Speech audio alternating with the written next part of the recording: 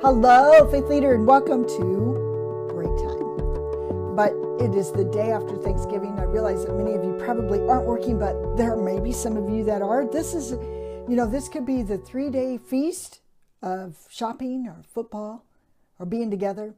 But I think one of the things that I need to continue to remember is it was a 3-day feast. The original Thanksgiving, they celebrated what God had provided for them, the provision of God for 3 days.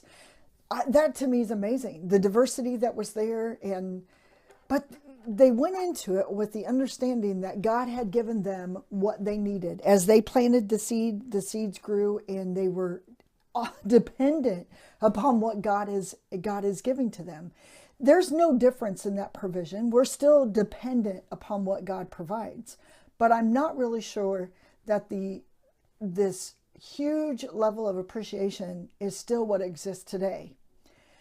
I think we approach this day and we get ready for, the Advent, but are we really serious about looking at Advent, beginning this season of Christmas with a grateful heart, with understanding that what we have been given has been coming from the very hand of God?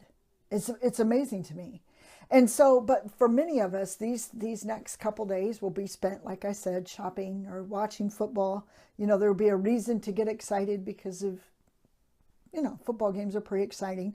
There'll be a reason to get exciting because of the sales that are going on. There will be a reason to get together and just be in each other's presence. And so I'm wondering, because this is Black Friday too. That whole name just bothers me.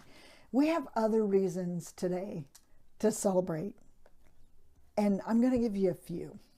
1 Chronicles 16:34 says, "Give thanks to the Lord, for he is good. His love endures forever."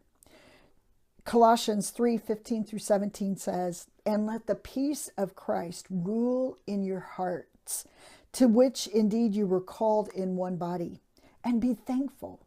Let the word of Christ dwell in you richly, teaching and admonishing one another in all wisdom, singing hymns and psalms and spiritual songs with thankfulness in your heart to God.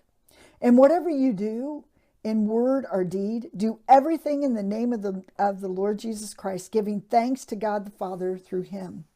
Or how about Philippians 4:6?